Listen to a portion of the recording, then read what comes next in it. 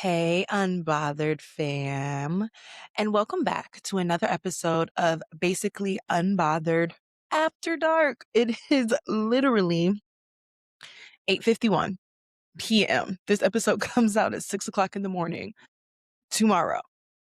But I've been so exhausted, honestly. But we're back and we have snacks.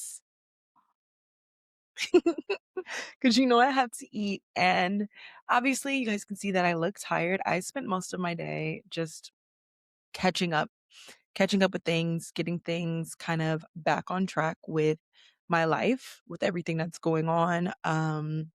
Washing clothes, doing things that like you have to do in everyday life that I haven't been able to do because I've been go, go, go.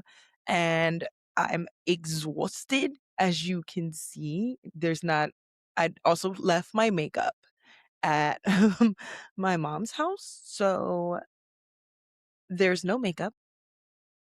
Uh, and we're just rocking with it. We're just doing this. I do have eyebrows on because I've not been really feeling my eyebrows lately. Honestly, I just kind of been feeling like it's, you know, they're not as thick as they used to be. I've been feeling this for a while. They're not as thick as they used to be. They're not where I want them to be, everything like that. So I've been really so conscious about my eyebrows. I actually just looked up how to DIY some eyebrow serum. So look for that because I'm absolutely going to do it. I'm about to add it to my Amazon cart. What do you mean? But other than that, what else has been going on? It's April's hard. It's April, and right now I really, really, really miss my best friend. She was born in April, and I think tomorrow or the next day is going to be my anniversary of my surgery that I had, which was my leiomyomectomy. That was a surgery where they removed 56 fibroids that also had endometriosis babies outside of my body. And obviously that sucked. But it's also the anniversary of me and my best friend having our last fight. And so April is just really hard for me. So I was in yoga and I was just bawling my eyes out. And I've also just been feeling really lost and really lonely lately, like not really knowing where I belong. When my best friend passed away, I felt like very gone. Even when we were fighting, I felt very just kind of like, where do I go? And I think a part of myself attached myself to my cousin a little bit more, even though she and I were really close. Um, and then my cousin and I fell out, and that's been so hard. And I don't really get to talk about it much because obviously it's my family and affects all of my family. So I usually just kind of keep it all in and just let the parties do whatever they want because it just kind of feels like my feelings when it comes to it just doesn't matter as much. And that's just kind of the reality of the situation. But it's also been really hard because I lost another person that was really significant to me in my life. And losing that person has just been really, really, really hard for me. And my desk is a sticky mess because of agave. Oh God. Ugh, and just got it on my hand. Um, it's been really hard. It hasn't been easy, and I probably put way too much. It's not been easy. I've been struggling. And then that coincides with me falling out with a lot of other people. I don't know what it is. Maybe, my therapist and everybody else says I need to be easier on myself, but I have this tendency to just blame myself for everything that's happened and be really, really, really hard on myself. I can't make anyone else take accountability, but I can take accountability for my actions and what I've done and everything in that way.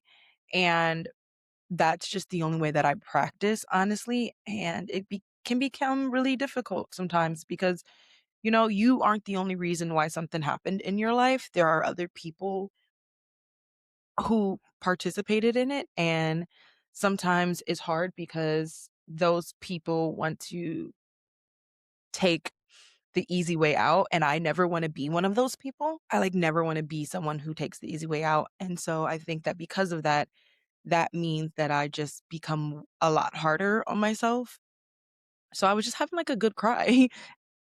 you know, like where do I fit in now? Now that I've lost my best friend, I've lost my house, I've lost one of my dogs, I lost my cousin, I lost some other people who were really, really close to me. And where do I belong now? And I thought that I belonged at work, but recently it's been kind of feeling like I don't belong there either. Um, and that's not to anyone else's fault. That's just really what's going on with me. And just feeling very isolated and alone and just really not knowing what to do with that. So those those are all the things that have been going on with me, and I've just been really struggling with that. I don't recommend this on anybody. I've lost so many things in such a short amount of time, and I've truly, truly, truly been struggling with what does that say about me? What does that say about my life? It hasn't been easy. And this month is just going to be really hard. I can only be, accountable for myself.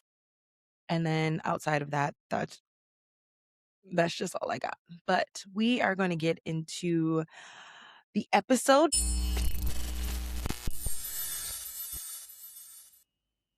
So, quick question.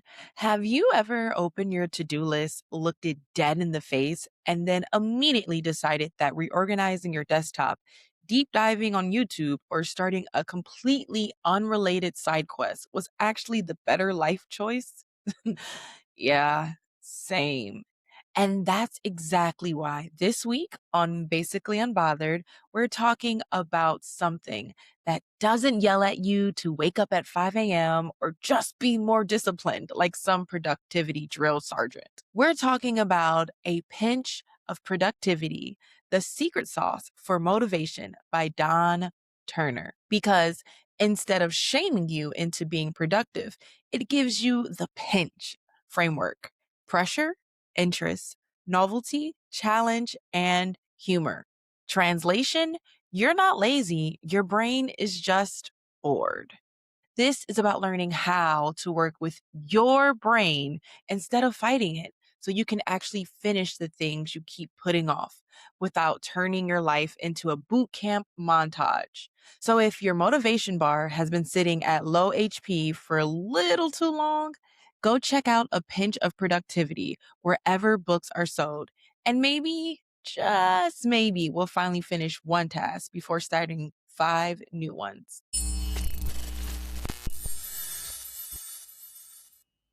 Today we're going to be covering the death and life of Lamar Odom. I just found out about this literally a day ago and rushed, literally rushed home to get more information. Like, how do I find out more about this? And I didn't know that it was coming out. It came out on the sneak tip. And I wasn't that interested until I saw that Khloe Kardashian was going to be in it. And I was like, hell yeah, I'm in it. I'm not interested and any other spin on the story unless it involves the two main people that were involved in this craziness. And that was so good. We're going to get to it. Although I left my notes. Have I said I've been having a day? I left my notes and we're just we're just gonna we're just gonna thug it out. But before we get into that, let's catch into some updates, and I have them on my phone. I've been saving things. The first one is the Taylor Frankie Paul BS. And every person who was on my social media coming at me, attacking me, calling me all kinds of names about this, how the fuck do you feel now? When I went on and I said, there's more to this, I promise there's more to this, I can recognize an abuser from a mile away. I definitely can. I don't always in myself listen to that, but I can definitely recognize an abuser a million miles away. And Dakota gave that wholeheartedly. And now it's coming out that Dakota did all of this because Taylor wanted to silently leave him. She didn't want to make a big fuss about it. She just wanted to walk away and live her life. And he came to her house while her kids were sleeping and took her out of the house, technically kidnapped her because he drove her somewhere against the will. He slammed her head into the. There's just all kinds of craziness. It's been said, it's been rumored that her team, because remember, talked about this last week, I believe, her team has a binder full of information against Dakota. A binder. And it's just crazy because I don't know what inside of his mind says, okay, I'm going to try to expose her and ruin her reputation when he knows that he has dirt too. But you know what? I don't understand why people go on reality TV shows while they're cheating on their wife. So maybe that's not any of my business. It's above me, it's beyond me, it's whatever. But more and more things are coming out to light, and she just filed her protective order against Dakota, and it was granted overnight. The evidence, it was granted overnight, quietly, whatever. And I love this move for Taylor because this move signals that she's really truly done, right? Like, she doesn't want to make a big skeptical, she doesn't want the fight, she doesn't want to, cuss people out all out on social media. She just wants to be done and out of this situation. Now, they did go to court, and I didn't like this. I don't. Ooh, ooh. If you listen to the episode that came out on Wednesday, I was talking to Renee and we were talking about just how women aren't angrier, and they aren't angry at a system that is set up from women's health to many other things against them. So the guardian in the case against the custody case that's going on between Dakota and Taylor and their son spoke up, and it was a male. And I, on everything, was like, I don't want to hear what this man has to say. I don't want to hear what this man has to say because not enough education is spent into women's mental health, into what is going on, and into the psychological trauma that Dakota is displaying. And so she's ordered to have supervised visitation with her child because of Dakota. And before you guys say things like, he's just protecting the kid, he's not protecting the kid. He didn't give a shit about a kid. He released all the information on the child's birthday. And the child is going to find that out one day and have to live with that. Why didn't daddy, do something for me for my birthday? Oh, he was releasing information about your mom. Wow. All the while knowing that he was the true villain in this story. He doesn't give a fuck about the kid. It's been proved, even when you look at the video that he released, that the door was behind him and at any point in time he could have left. But instead, he kept walking towards her daughter. And what they said in the protective case is that Dakota may very well be the instigator in saying these things, but because he had the baby in his hand while he was doing it, and Taylor Frankie Paul, we were talking about reactive reviews, reacted while the baby was in his hand, that's why. And it's so backwards because what about the fact that he had the baby in his hand the entire time while he's degrading his mom? You think the baby's not going to internalize that? You don't think that is also child endangerment? That you are willingly knowing that you are using words and languages and actions to get a reaction out of a person, and you know how that person is going to react, and then you put your child in your arms. That is still child endangerment. That is, you are choosing to and willingly putting your child in a situation and creating the situation where the child can get endangered just so you can have more MO, more information on the mom. Dakota doesn't care about those kids. I'm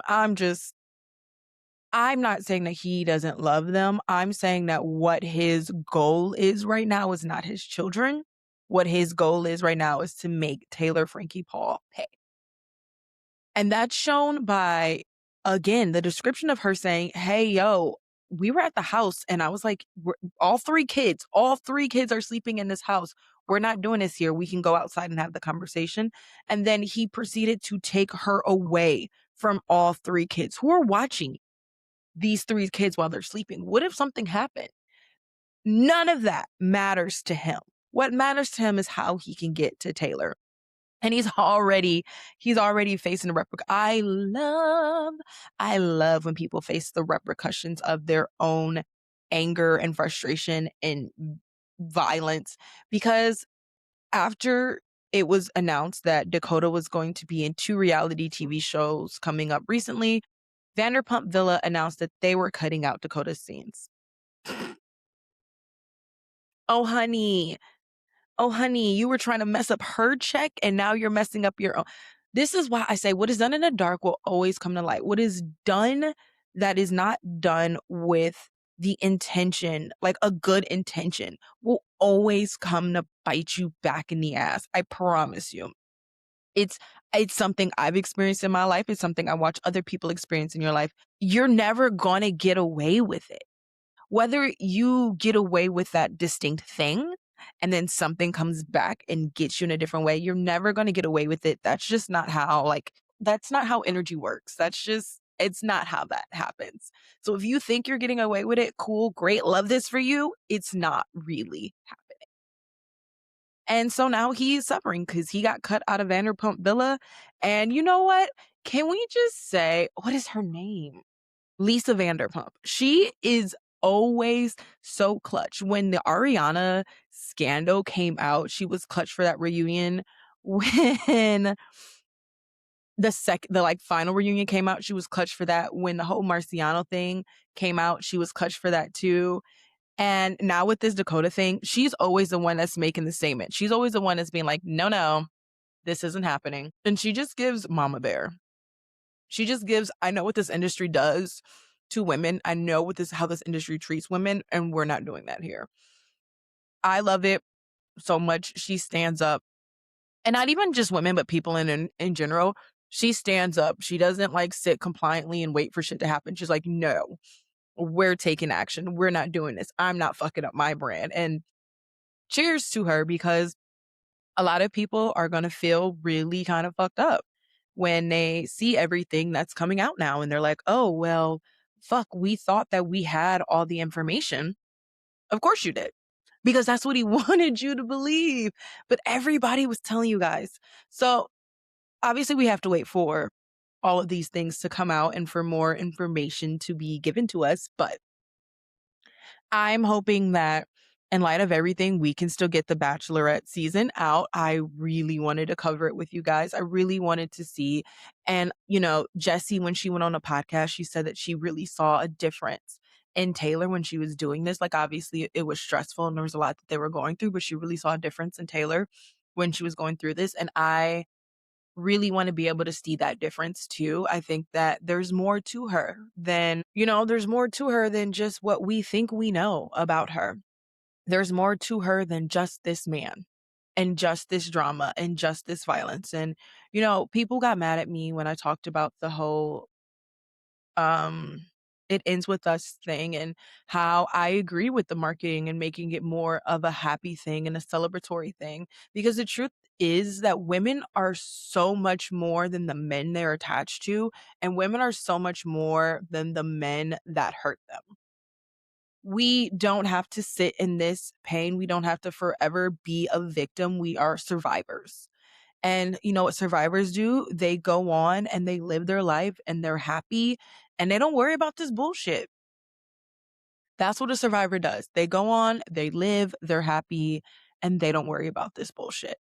And I'm so happy that her story is being able to be told. And I hope that we will be able to get the full Bachelorette back now that we know everything, now that everything's coming out, now that we can truly see, for those who didn't believe it, what Dakota was really like. Outside of that, there has been everything's kind of quiet in the Secret Life of Mormon Lives world. Obviously, there's rumors that Jesse was kissing on Chase, and Chase is just like community dick. Ooh, wee honey, is Chase community motherfucking dick. Mm, that man stays trying to like ruin Miranda's life, but also wanting her at the same time by sleeping with all her friends or just like dating them, falling attracted. It's giving he's still obsessed with Miranda, and like this is the only way that he can he can be close to her in that sense is by doing these little things and messing with her, by messing with her friends. It's weird. Jessie also was recently posting photos with Marciano, and then she came and she made a video about how she knows that everything seems really strange, and it is. She's trying to figure out what does her life look like now that she's getting divorced for the second time and there's kids involved, and her life, it looks a lot different, and now she's doing it, on a public platform, which obviously she didn't expect. She didn't come on The Secret Life of Mormon Wives to get a divorce from her husband. They had this whole thing where they were the more progressed. They were the more progressed version of LDS. They were, showing what didn't exist in these toxic marriages that happen a lot in the Mormon culture. And then you found out that the two people who were like displaying this really weren't. And that goes to, I think that there was obviously an attempt, and I think that there's work being built, but you can't just break down that system in one relationship in a couple of years. Like, that just doesn't happen. There's a lot that you have to unlearn. And this is coming from someone who has to unlearn so many things. I just cried in yoga, guys. Of course, I have to unlearn so much. I have to unlearn the feeling of not belonging. I have to unlearn so many things that have happened to me in my childhood that repeat itself with friendships and circles and everything like that. I have to figure out how to get out of that space my own self. And so I don't think that that's something they can just magically wave a wand and it just goes away. But we'll see. In other news, oh my gosh, The Devil Wears Prada full trailer came out. Full pause. I'm so excited. I completely I completely forgot that we were in Devil Wears Prada season. We are in a beautiful season of movies in general. A lot of these movies are women centered, including a movie that I'm going to cover next week, which is Pretty Lethal. There are a lot of women centered violent kind of movies coming on. I'm actually considering watching Ready or Not and Ready or Not 2. I need you guys to let me know if that is good, because it's on my list, and maybe I'll just go through a whole like women centric thing going on. But I'm so excited. The trailer made me so geeked. I love seeing where all of these characters have evolved, where they landed, and how they fall back into each other. And I cannot wait to see this movie. I might actually go see it in theaters, guys, and I don't even go to theater. I'm gonna have to ask my mom. Be like, "Mommy, let's go to the movies together." Because last time I went to the movies was for Wicked 2, and I went with my mom. I think that's just the way it's gonna happen now. I think the only way I'm gonna go to the movie theaters is with my mom. Maybe it's our new thing. I don't know. But guys, I'm so excited. It looks like it's gonna be so freaking good. And let's go. There, like I said, there's so many good, like, women-centered movies that are coming out, and I don't know if there's something in me because everyone's like, "You should watch Project Hail Mary," and I'm like, that movie has not interested me at all. At all. I also there's a bonus clip that's gonna come out. It was supposed to come out today. Shit. That's gonna come out probably on Saturday from the episode that I did with Renee. And it was talking about how tired we both are of these stories of women being centered around men. And that is one of the things that I'm really excited about in this kind of movie season that we're getting into, is a lot of these movies that are coming out aren't centered around women and men's relationships. And I love that. I'm in my life where my life isn't centered around a man. Sorry, it's just not. Um, and to be honest, I don't know if I want it to be. I'm not going to pretend there's a part of me that wants to be rescued. And I don't know if it's that I want it from a man or just want it in general, but that's because I'm suffering and I want kind of like that suffering to end.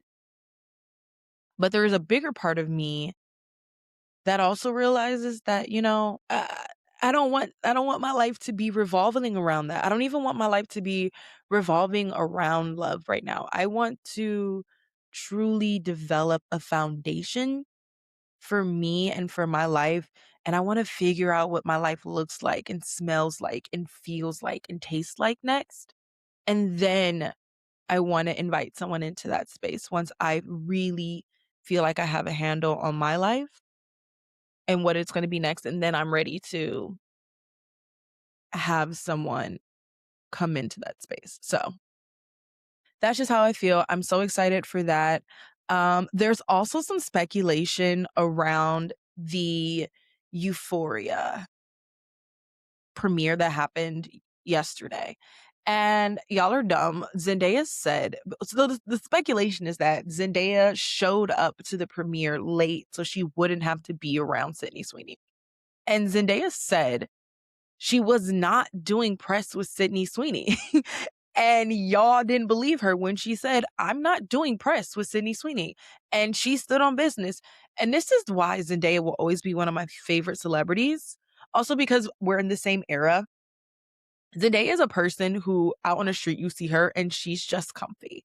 She's just living her best life. She is just, you know, I don't want to be all dressed up. I just want to be comfortable. And then when she goes to these shows, she's looking fabulous and gorgeous. And that is what I want in my life. I want most of my life to be I'm being comfy. And then I show up and I wow. And you're like, holy shit, she can actually get dressed. She can. She doesn't actually just wear leggings and t-shirts all day. But until then, I love that Zendaya always stands on business. And whether it's beneficial for her or not, she's gonna stand by what she believes in. And there's a lot of celebrities who don't.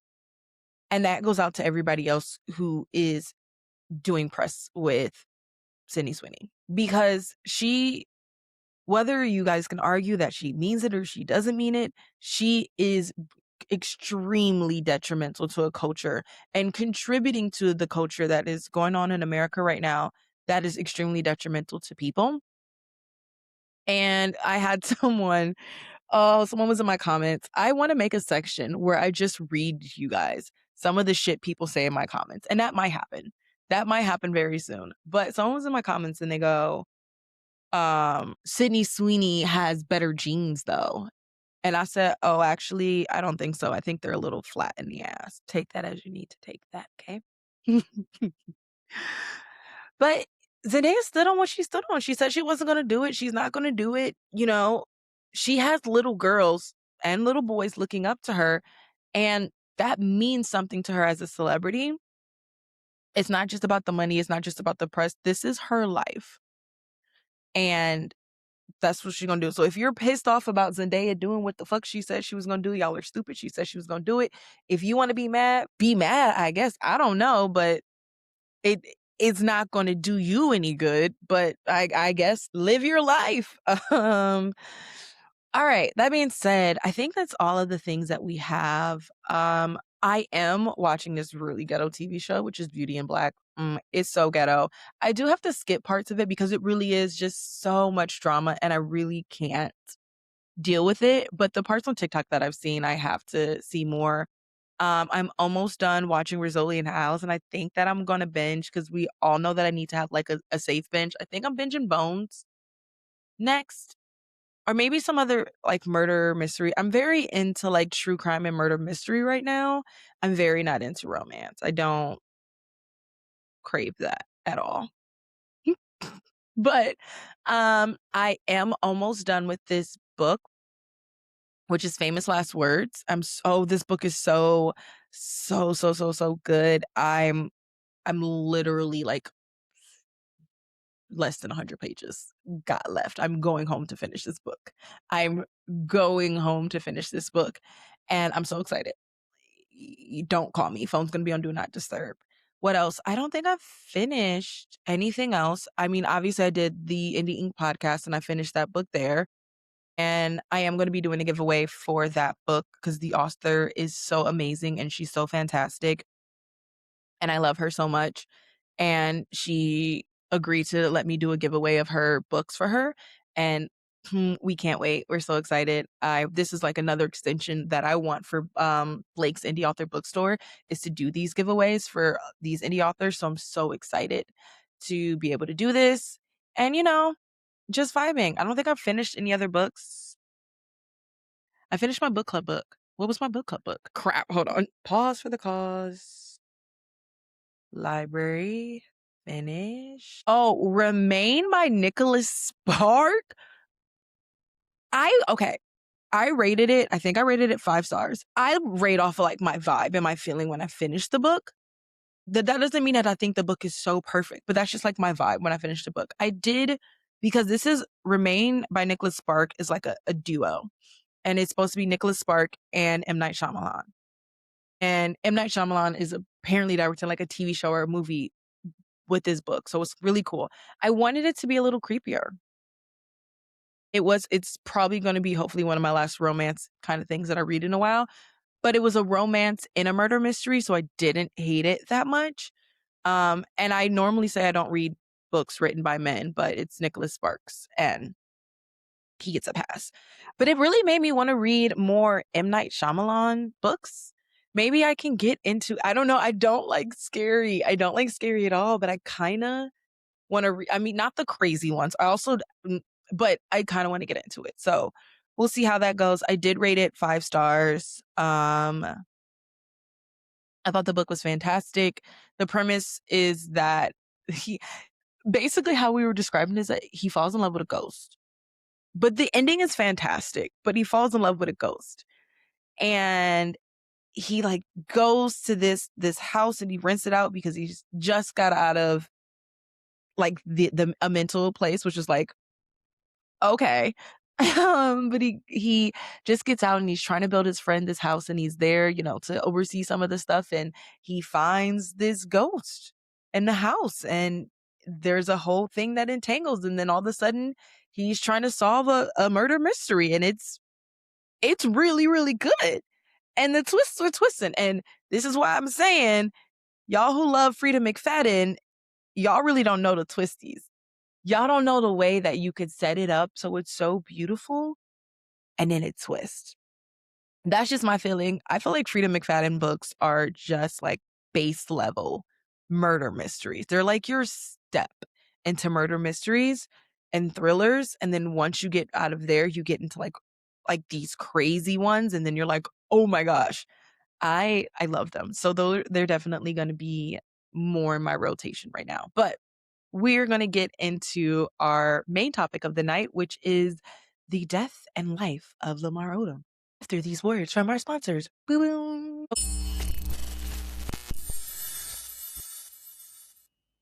Before we get back into the episode, let's talk. I am looking for my unhinged authors. Yeah, you, the ones writing the women who don't apologize, the ones building worlds that don't center the patriarchy, the ones with a story that feels a little too bold for traditional spaces. Good. Stay right there. Pages Against the Patriarchy is now looking for authors to join our live online book event. This is not your average polite bookish panel. This is for stories that bite back, for characters who choose themselves, and for writers who are done shrinking. If you're an indie author, romance, fantasy, poetry, whatever your lane is, and your work challenges norms or flips the narrative, we want you in the room. Head to pagesagainstthepatriarchy.com to apply. That's pagesagainstthepatriarchy.com. Let's build something loud. Let's build something unapologetic. And let's get back to the episode. Quick pause, because if you love dark stories that don't flinch, Olympic War isn't a soft love story. It's violent, it's chosen, and it costs everything. Through war, betrayal, and survival, Moonstone fights for devotion that refuses to die. This is a Black, multicultural dystopian series about power, sacrifice, and what rises from the ashes. Olympic War and Phoenix War. Read them wherever books are sold. Okay. I had so many notes. I'm going to miss some shit now. It's going to piss me off, but I had so many notes. But the documentary was kind of broken up into 3 parts. So it was kind of Lamar Odom and Lamar Odom's life before Khloe Kardashian, Lamar Odom and Lamar Odom's life while with Khloe Kardashian, and Lamar Odom and Lamar Odom's life without Khloe Kardashian, or like when they were getting divorced. And y'all are gonna hate me. Y'all are gonna hate me. And it's okay, here's the issue. The issue is that this documentary really reiterates what the Kardashians have been saying. Like, is it us that are ruining these men, or is it these men who are coming into our life trying to get something from us that end up ruining themselves? And we're just, kind hearted, whatever people, probably a little bit stupid, not saying they're perfect, not saying they're even good all the way. That's not for me to judge. But there was, through this documentary, they talked about Lamar and, him finding basketball and him having a lot of tragedy in his life. And he did. His dad was a drug addict. His mom died from cancer when he was 10. He found his way through with basketball. He got in a serious relationship when he was in high school. And then when he was in college, they had their first baby and they had a daughter and then they had a son, and he gets signed to the Clippers, and, they move, and his whole life changed. And then he loses a kid. And that's really, really fucking sad. Like, and the part of that, when they were going through the story, the part of that was the saddest to me was he was engaged to the mother of his kids. They were not, it was an off season and they were back. I think he was like from New Jersey. And the kid passed away, sudden infant death syndrome. And I think that this is why I say when you get married really young, or when you start these serious life changes really young, sometimes it doesn't make it through, because sometimes like what you value is different. And I think that for her, which was the mother of his kids, I think that she valued staying together and family and wholesome family values and healing with that together. And I think that potentially for Lamar, like they talked about in the documentary, basketball was his way out and his way through everything. And when his son passed, he just kind of ran. And he ran back right back into basketball. And he ran right back into the lifestyle, that he was doing. And I think there's a lot of guilt that he feels surrounding a lot of that in his choices, but that's how he got there. And I always feel really sad for someone who's gone through a significant amount of pain. I have never lost a kid. I don't know that pain, but I have gone through a significant amount of pain in my life, and I've said this so many times, some I talk about and some I probably will never talk about. Seeing how it can devastate people the way that it did Lamar was really sad to see. Seeing the choices that he made because of the things that happened to him in his life was really sad. And I don't want whatever I say after this to take away from that. Like, that man is really struggling and going through something. And I hope sincerely that is it has gotten better.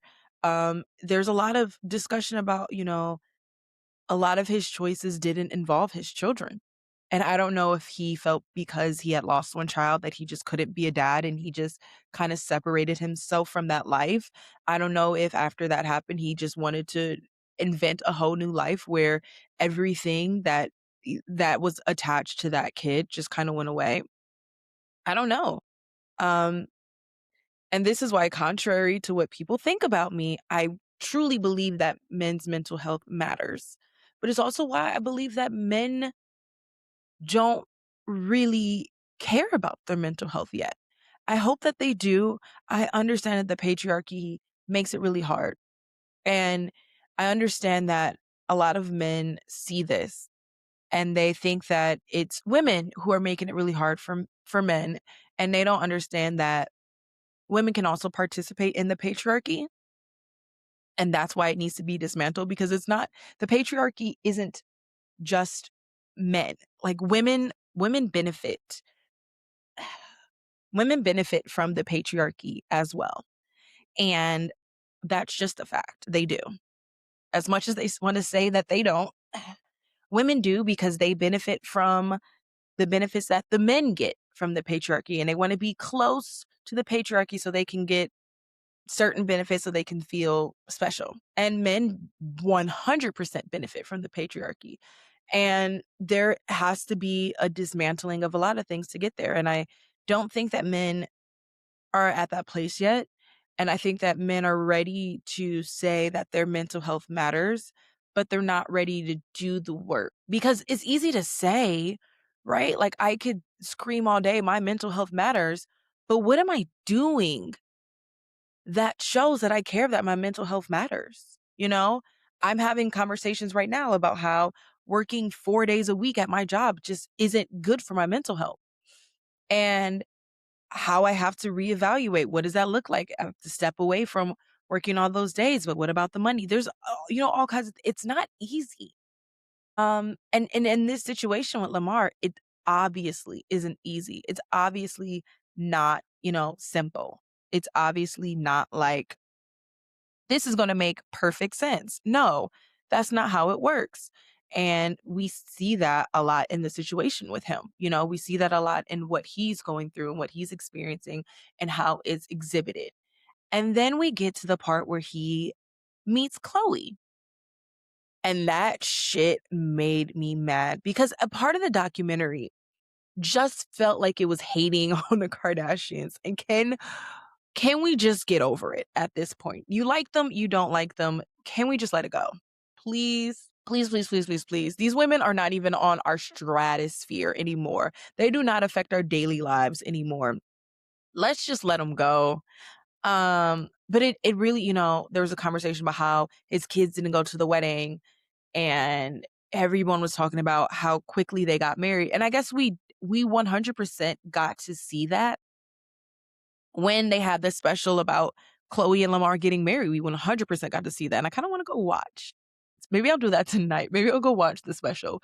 But we did get to see it a little bit with the special. But at the same time, you know, we saw her family really rally around her, whether they agreed or not. And that's one of the things I love about the Kardashians the most is whether they agree or not, the family rallies around the family members' choices. Like they're not going to be, well, this is a stupid choice. I'm not supporting you in this for the nine times out of 10. They recognize that this is your life. These are your choices and I'm going to love you through them. That was not something that was kind of shown on his side of the family. And I don't know if it was because there was some lingering resentment. It was clear that there was some lingering resentment between his family towards the Kardashians, even when they get to the point where he had his OD. Um, which like knowing more information is crazy sauce. But it started to be clear that, even Lamar himself admitted that there was an attraction to Chloe, there was a love for Chloe, but there was also an attraction to her life. And this is what I'm talking about. You guys, you keep trying to make me feel crazy about it, but this is what I'm talking about. He obviously had an attraction to her, but what he wanted as well was the life that she was living. The problem is that when you get there, you have to meet and show up and be a certain thing. And if you're not ready, if aren't prepared for that level, when you just go and try to grab it instead of letting it come to you, oh my gosh, the universe is talking to me through that. When you just start trying to grab it instead of letting it come to you, you're not really prepared for it.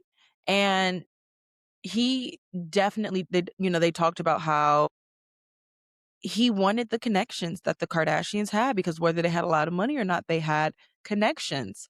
And he wanted to take that step into it. His family said that, he always wanted to be on a reality TV series. He says he doesn't know whose idea it was to do Chloe and Lamar. Chloe says that it was 100% his idea.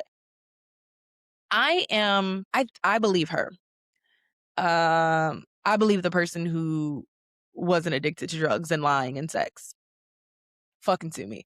Um, but it is hard to see like that, his his kids weren't invited either they were invited to the wedding or didn't want to show, which was like wild, but I don't know anything about that. I love that for them, but that was their choice.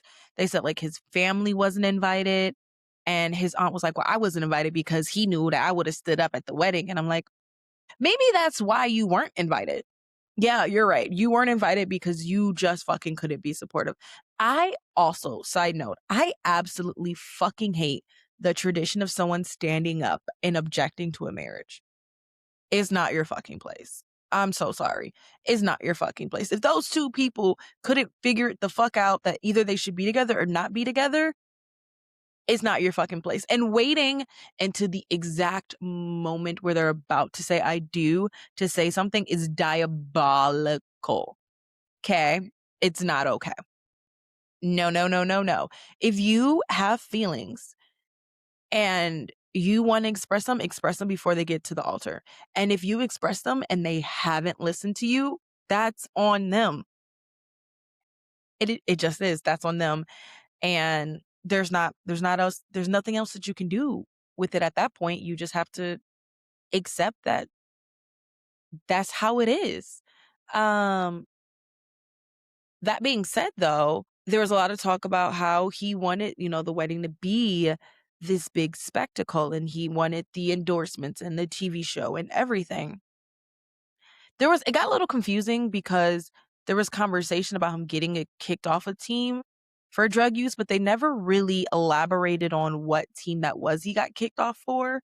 They did spend a lot of time talking about Ron Artest, aka also known as or currently known as CKA. Meta World Peace was in there, and you find out that he was the connection to how they met up and how they kind of started all of this. And I don't know, it seemed like one person really genuinely wanted love and one person wanted love and or more. But then they get into his drug abuse. And that was kind of rough. And it was just rough. No, it was rough hearing about it, and a lot of it I didn't pay attention to. I don't Obviously I talk about pop culture, but I don't follow TMZ. I'm not watching everything that they put out all the time. I think that's just so fucking toxic to be so obsessed with people that you're watching these tabloids and these things about every single moment that they do in their life. But you start to see the pattern when the drugs really started to get heavier. And it was funny because Chloe said that she thought that the drugs were under control. And a lot of people talked about that, where he could be on drugs for 2 weeks and then come back, meet weight, go play sports. And they thought it was a recreational thing because cocaine is still considered a recreational thing. And when, obviously that spiraled and it got out of control, and Chloe talks about how he would go missing for days or hours or weeks, and she would have no idea where he was. And she got phone calls from women being like, "Oh, hey, your husband's here and he's not okay. Like, you need to come get him. And I called your mom first." And I'm just like, my heart breaks for Lamar, but my heart breaks for Chloe because that's not what she asked for. That's not what she signed up for.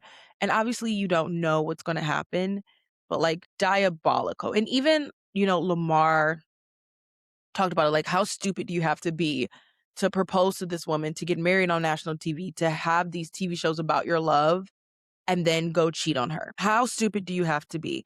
And he wasn't stupid. He was just hurting. And he didn't know how to heal. He didn't know how to help himself. And I've been there. I've had my own Lamar. Drugs weren't involved, but I've had my own Lamar. And I've always felt for him. I've always felt for him. I've never been like, F that man, he's so terrible. I've always felt for him. I've always thought about all the things that happened in his life that sucked, that were miserable, that he had no control over. And it makes me feel sad, but at the same time, it doesn't excuse the behavior, you know? And to watch Chloe have to like think that she has this whirlwind love, because what she described is the same thing that I felt when I had my Lamar, right? There's a joke in there. You guys just don't know. Um, about when I was in my situation, I fell head over heels. And that was so not like me. I was so guarded. Um, for most of my relationships, there were times where I was a little bit more into it. But I've always kind of been like a hopelessly romantic, but still kind of guarded person. And I've always been quick to walk away. There's been very few times where I was quick to walk away from a situation. And that situation just changed it on his head. And Chloe talks about that too, how it was so different from what she's ever experienced. And it's so different from how she's ever acted in a relationship that, like, she just, she, she was just, she thought that that was it. And I resonate with her entirely.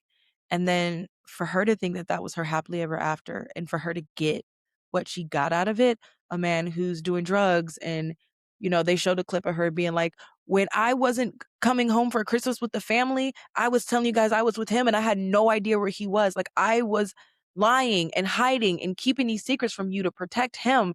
And I was going to the clubs to pick him up and going to motels to pick him up and doing all this stuff and trying to get him into rehab and have rehab people come here. Like, I was doing all of the things. And then she says that they got to the point where there was an interventionist.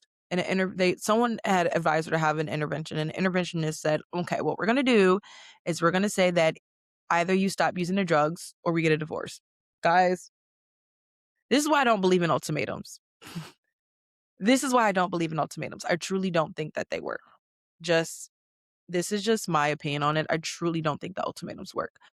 But she says that she, goes in, she has this intervention. She's like, all right, this wasn't something that she wanted to do. She was just listening to the advice given to her by other people. And she goes, okay, so Lamar, either you stop doing drugs or we're getting a divorce. And she says, he was like, all right, we're getting a divorce. I'll pack up and leave. That broke my heart. And she in the documentary goes like, wait, no, that's not what I wanted. That's not what I was looking for. And it broke my heart. It really, really, truly broke my heart to see her doing what she thought she knew best. And, listening to these people like, yeah, yeah, yeah, he's going to choose me over the drugs. And then he's like, no, actually the drugs, actually the sex, actually the women. That shit has to be so hard. I can't even imagine. I can't even imagine. And obviously a lot of time played out in between then. And Chloe had to get a divorce she didn't even want because she listened to these people. And what she really wanted was to get the man that she loved to stop doing drugs and to stop cheating on her. And let me tell you how I feel that in my soul and how heartbreaking it is. When you go through something that's so traumatic, you feel alone. And then when you see someone else go through it, you don't feel alone. But then you also feel really sad to think that, like, this person has experienced this really horrible, traumatic thing happen to them in their life too. And I hate to see it. When I walked away from my situation, I walked away, but I say this so many times, I walked away without thinking that, like, I would ever love again. And I imagine that she probably, felt the same way. And then we know what happened with Tristan Thompson later, but it was just really sad to kind of see that. And Lamar goes, yeah, well, I was like, up, about to go fuck some hoes. And you're just like, oh, what? And then we get into the brothel that he was found at. Apparently in Nevada, in certain places where the population is between 300 and 4,000 or something like that, brothels can be legal.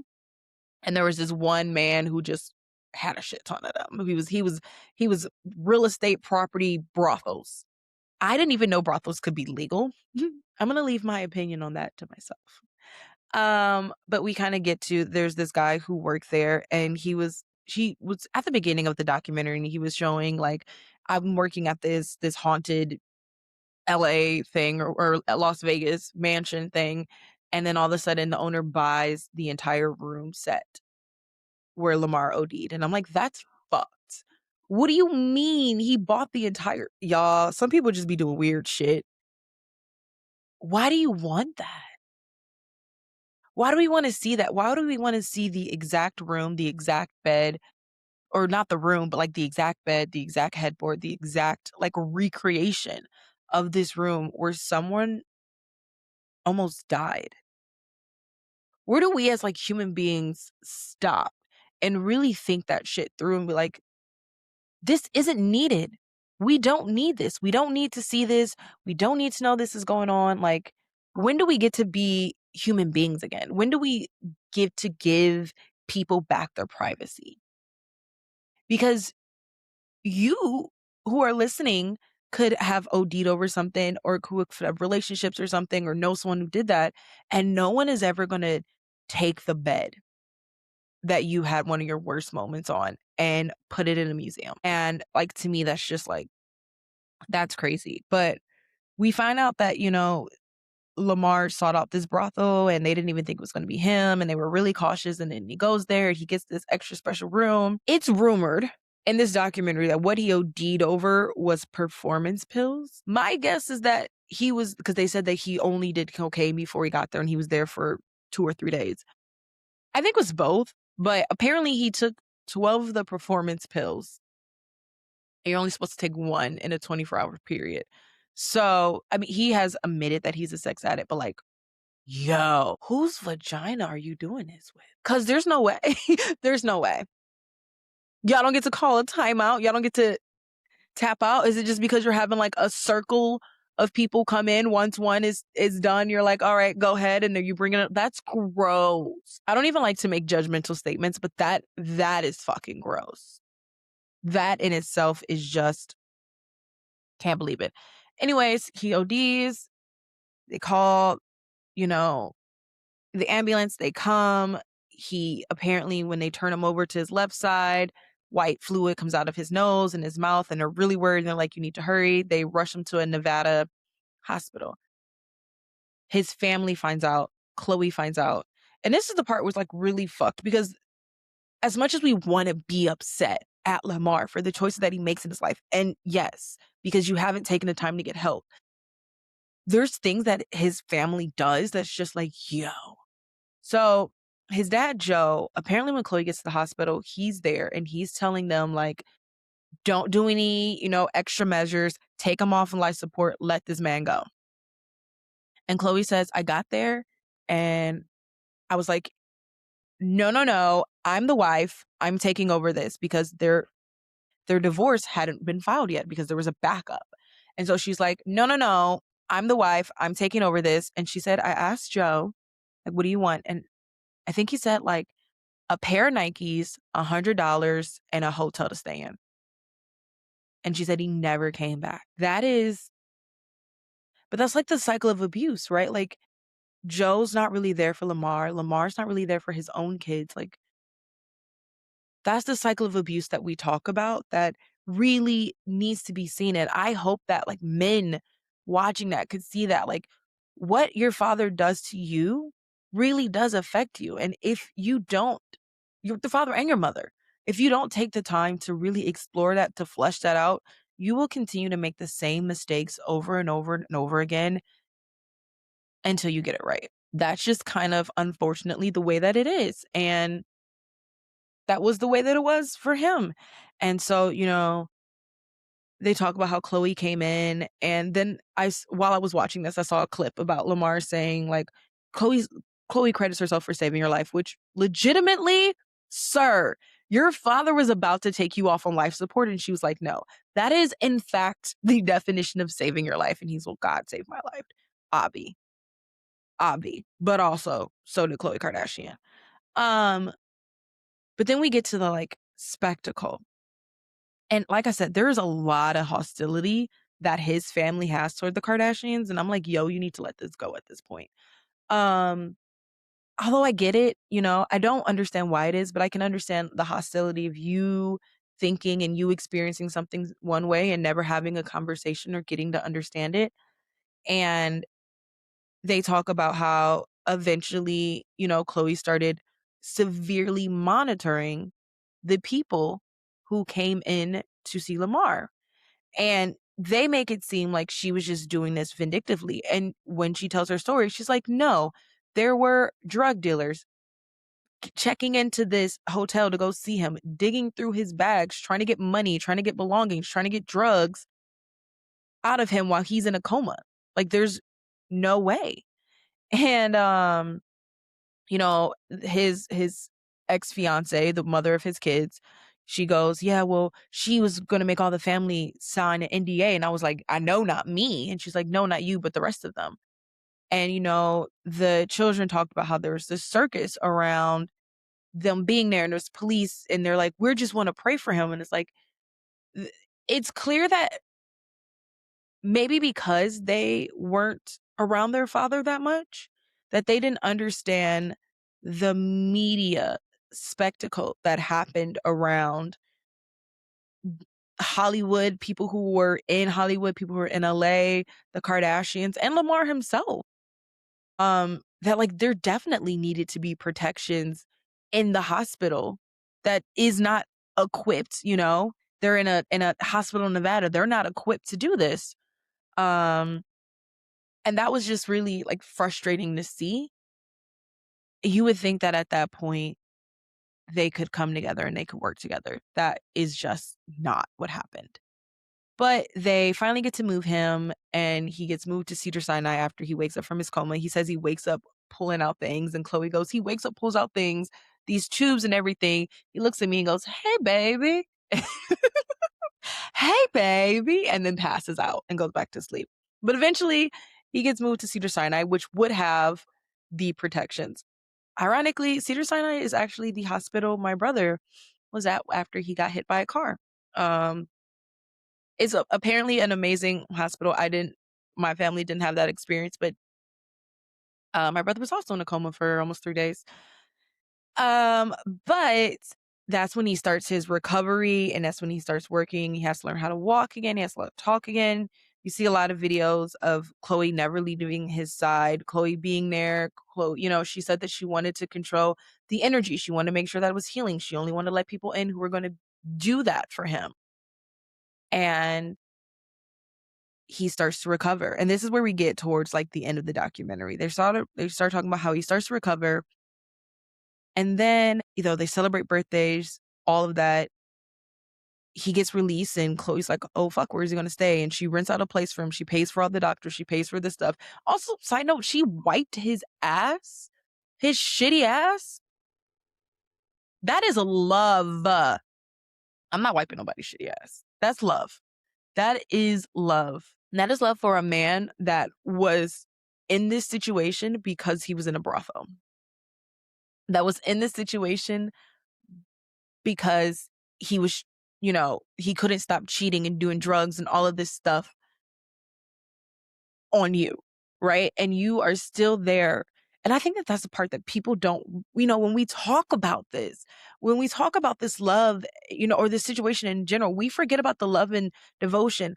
Most people wouldn't go to their soon-to-be ex-husband's bed and stay there until he's better. Most people wouldn't pay for their soon-to-be ex-husband to have a place to stay, to have rehabilitation, to have doctors, to have cooks, the whole thing.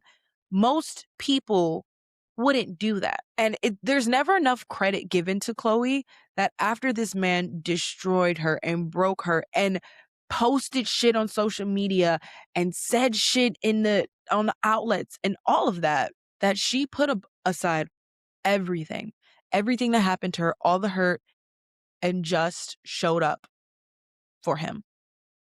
And she says that one day, apparently cocaine has a smell. Don't know. Don't do drugs. Not my vibe. That's not me knocking. I don't like cocaine, but that's not me knocking people who live their life or whatever. I just don't do drugs. It's just not my vibe. But she says she smells it when she gets in the house and she's like in catch-em mode and she catches him using cocaine. So she got so mad that she punched him in the face and then said, you have until this day to leave. Don't ever talk to me again. Because what a fucking slap in the face. I gave up months of my life, put things on pause, put my life on pause, put projects on pause, and was just there for you. And now you're out and you're got better and you instantly go back to this. And obviously addiction is, it's a disease, obviously. And it's not that simple. But the person who is, the person that's going through this disease with them, their feelings matter too. And there has to be an account for that. Like, that also has to matter.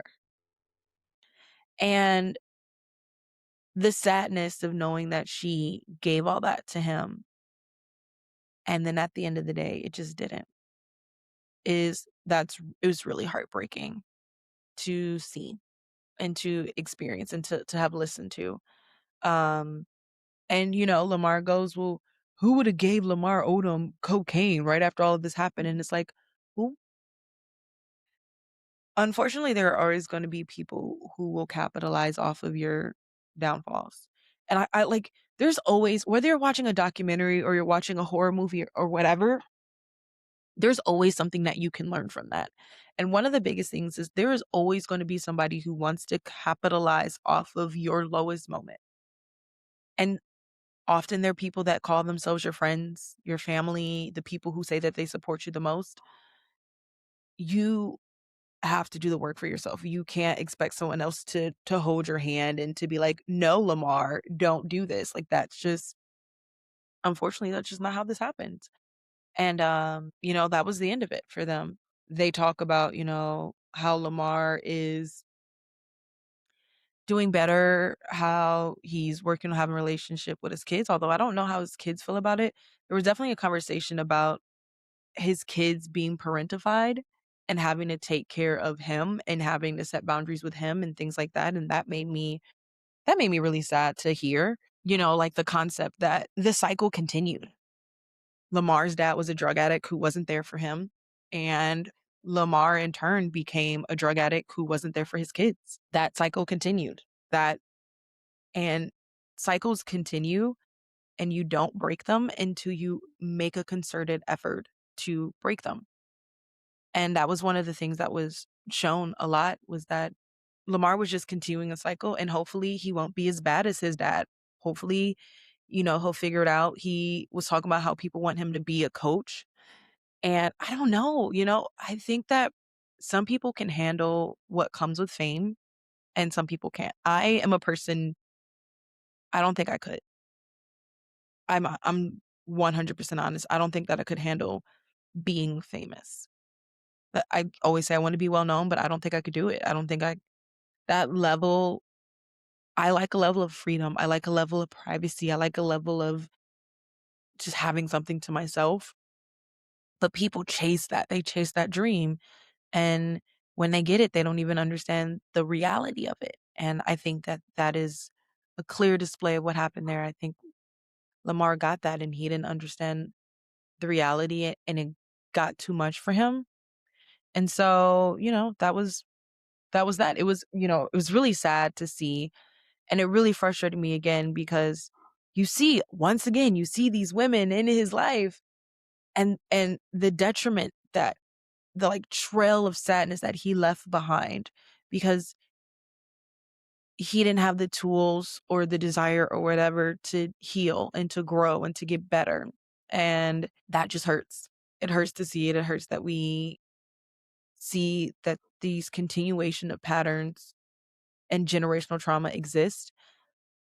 And I truly deeply hope that we can start to continue to have these conversations and have conversations about how do we break this cycle? How do we end this? How do we stop his kids from being drug addicts and not showing up? How does that end? And how do we get it so that his kids don't take advantage of women? Don't do this. And I don't know. I'm not an expert on it. I will never claim to be. I'm not an expert on anything. I will never claim to be. I'm experiencing life just as we all are.